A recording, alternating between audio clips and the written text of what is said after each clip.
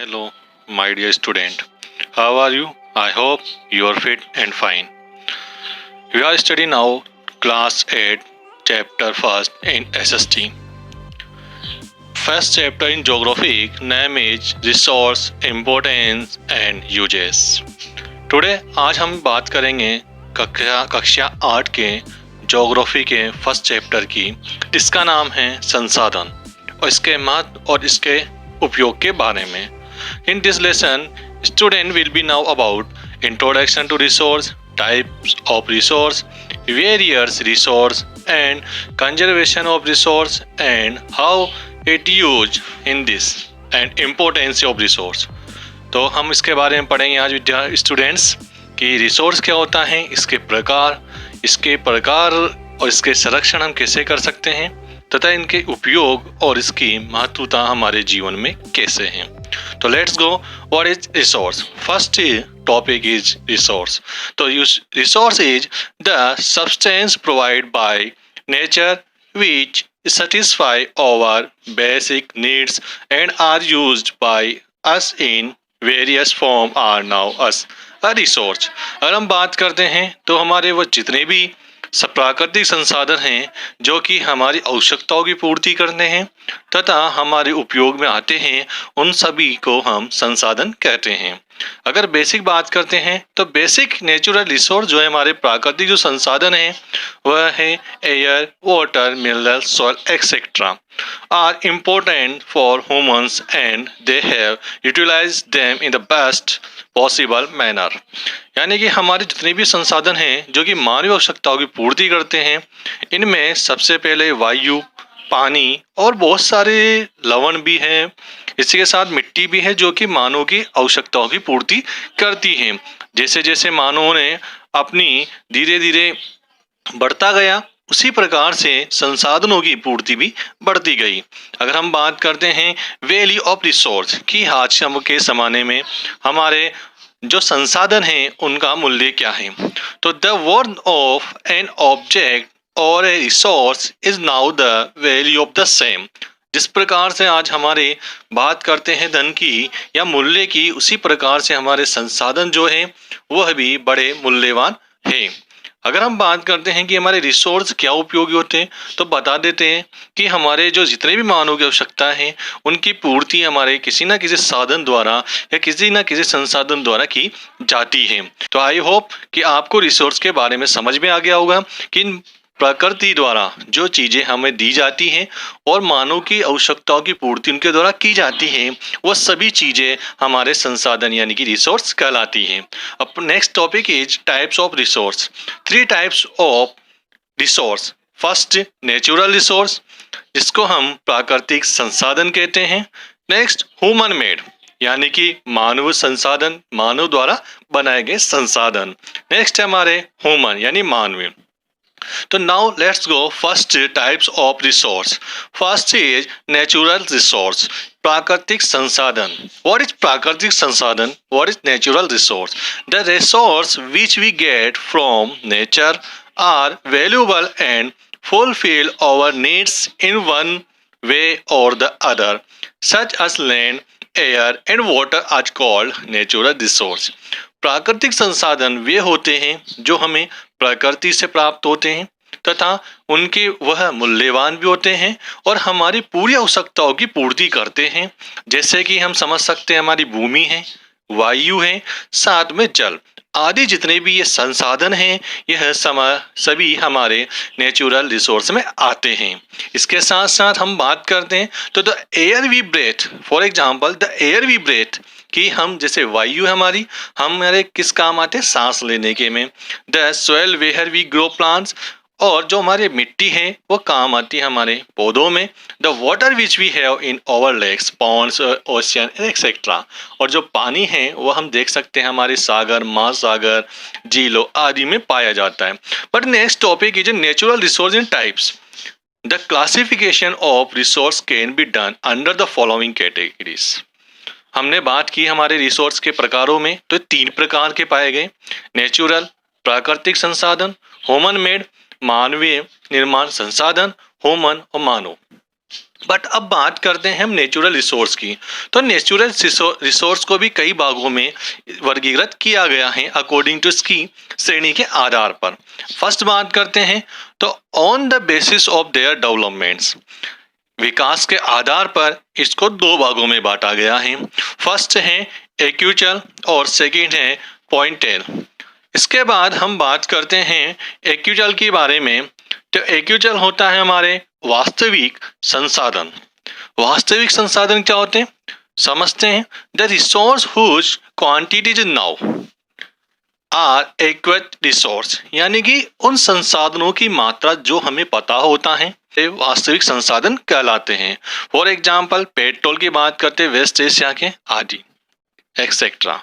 Next हमारे potential resource, वे resource जो कि हमारे संभाव्य संसाधन कहलाते हैं। The resource whose quantity is not known and which are not being used at present are known as the potential resource. वे संसाधन जो जिनकी मात्रा हमें पता नहीं होती, ये जस्ट अपोजिट होते हैं एक्चुअल रिसोर्स के। एक्चुअल रिसोर्स में हमें क्वांटिटी पता होता है, बट इसमें हमें क्वांटिटी पता नहीं होता। तो there is two types of their developments resource. Okay, now types of natural resource is on the basis of their organ. उत्पत्ति के आधार पर हम बात करते हैं तो टू टाइप्स, बायोटिक एबायोटिक। अगर मान लो उत्पत्ति के आधार पर हम बात करते हैं तो दो प्रकार के होते हैं। पहला बायोटिक रिसोर्स, दूसरा अबायोटिक रिसोर्स। बायोटिक रिसोर्स को हम जैव संसाधन भी कहते हैं और अबायोटिक रिसोर्स को हम अजैव संसाधन कहा जाता है। अब बात करते हैं कि बायोटिक रिसोर्स मीन्स क्या होता है। All the resource which are obtained from living organ are biotic resource, यानी वे जितने भी बात कर रहे हैं हम जैविक, यानी हमारी जितनी भी जैविक चीजें होती हैं उनको इसमें जैविक संसाधन में रखा जाता है। और फॉर एग्जांपल अगर बात करते हैं हम एग्जांपल ऑफ बायोटिक रिसोर्स के, जैसे कि are plants from which are obtained fruits and vegetables. जैसे कि हमारे बात करें अगर उदाहरण की तो इसमें हमारे जैसे पौधे आते हैं, फल फ्रूट हैं आदि। ये this fish and other animals product are also biotic resource. इसके अलावा मछली और भी अन्य जीव जंतु जो भी जीव संजीव होते हैं वह बायोटिक रिसोर्स में आते हैं। नेक्स्ट हमारे इसी में अबायोटिक रिसोर्स जो कि हमारे इस नेचुरल रिसोर्स के सेकंड टाइप है बायोटिक रिसोर्स। अब बायोटिक रिसोर्स मीन अजैविक संसाधन। All the resources which are we get from non-living beings are just opposite of biotic resource. Biotic resource is a living thing, but a biotic resource or non-living beings are termed a biotic resource. यानी वो जितने भी संसाधन जो कि हमारे निर्जीव, जितने भी चीजें होती है निर्जीव, उनको कहा जाता है। Example for a biotic resource is land, water, air, land, minerals, rock, etc. हम बात करते हैं कि हमारे अजैविक जो अबायोटिक रिसोर्सेज के उदाहरणों की, तो हम इसमें पाते हैं land, water, air, minerals, rocks etcetera, यानी कि हमारी भूमि है, पानी है, वायु है और हमारी चट्टानें आदि इसके उदाहरण होते हैं। Next of the types of a natural resource on the basis of their renewability, यानी कि अब नवीनकरणीय के आधार पर हम किस बात करते हैं संसाधनों की, तो there are two types. First renewable and second is non renewable. First renewable resource, नवीनकरणीय संसाधन। What is renewable resource? Renewable resource the resource which gets renewed or quickly through natural process are called renewable resource.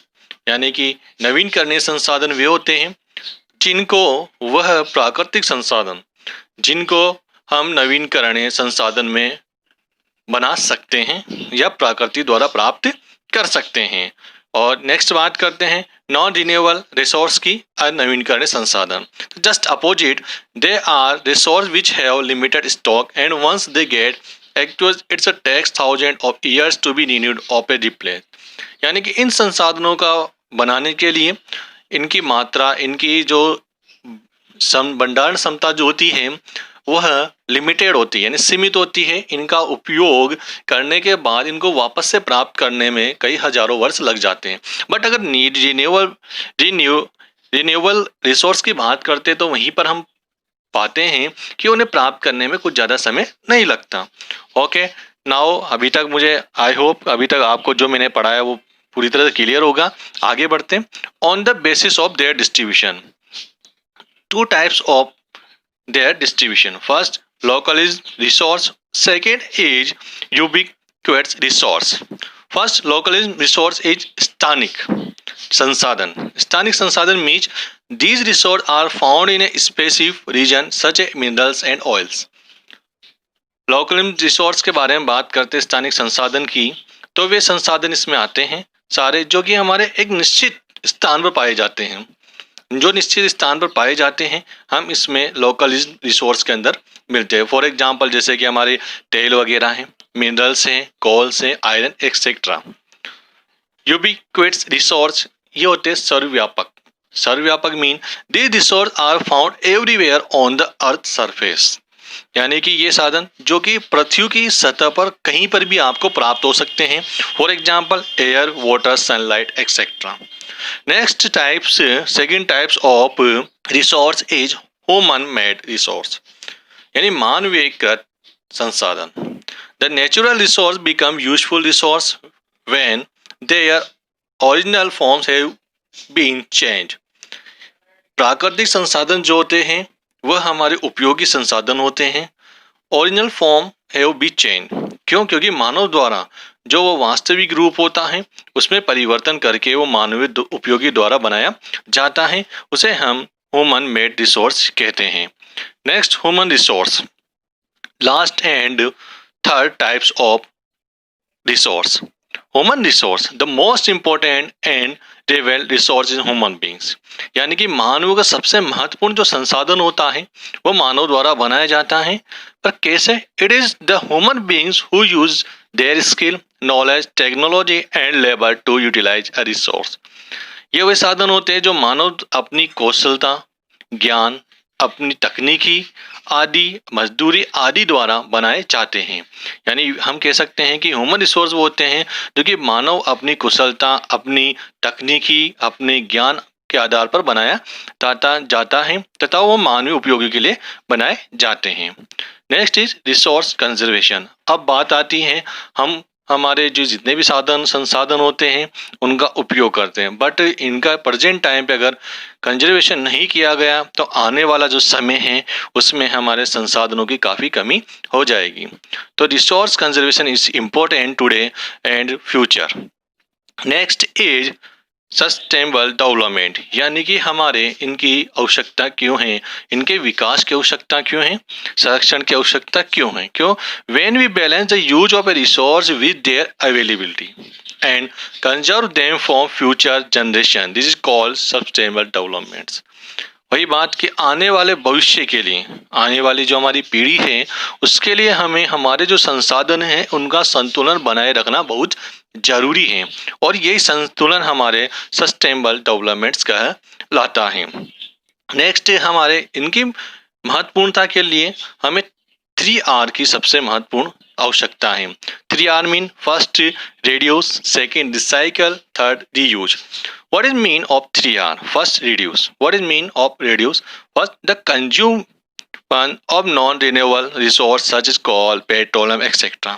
यानी उपभोक्ता द्वारा जो अनवीनकरणीय चीजें होती है जैसे कि कोयला, पेट्रोल आदि जो होती हैं should be reduced by use public transport and carpool to go to office और स्कूल। इनका उपयोग व्यक्ति द्वारा में किया जाता है जैसे कि कार में पेट्रोल का, ऑफिस जाने के लिए, स्कूल जाने के लिए। इनको बनाना बड़ा मुश्किल होता है जिनको हम नवीनीकरण की श्रेणी में रखते हैं, यानी कि कहने का मतलब इनको हम वापस प्राप्त नहीं कर सकते। Reduce. Second, recycle. Created products such as old newspaper, magazine can be recycled into paper। जैसे कि हम बात करते हैं हमारे पेज की, ओल्ड न्यूज़पेपर होते हैं, हमारे मैगजीन्स वगैरह होती हैं, हमारे बुक के पेज होते हैं, कॉपीज के पेज होते हैं, इनको वापस से हम बनाकर वापस से नया तैयार कर सकते हैं। थर्ड हमारे 3R reuse. Paper bag and cloth bags should be used to show that we do not need a new bag every time we go to the market.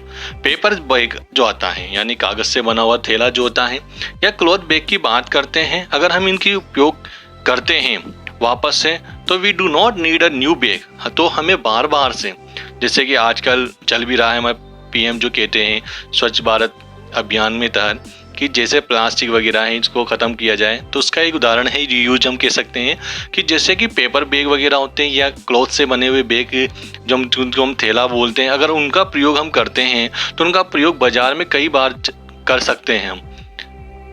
Next is principle of sustain developments, reduce the minimise the depend of nature resource. हमें हमेशा ध्यान रखना है कि जितने भी हमारे resource होते हैं, हमारे संसाधन जो होते हैं, चाहे नेचुरल हो, ह्यूमन मेड्स हो, चाहे ह्यूमन बींग्स हो, इनका समय हमें सही उपयोग करना चाहिए। I hope my dear student आज का आपका जो लेसन था फर्स्ट चैप्टर ज्योग्राफी का आपको अच्छे समझ में आया होगा। फिर नेक्स्ट क्लास में हम एक और नए वीडियो के साथ और नई टॉपिक के साथ पढ़ेंगे। तब तक के लिए take care, stay home, stay safe.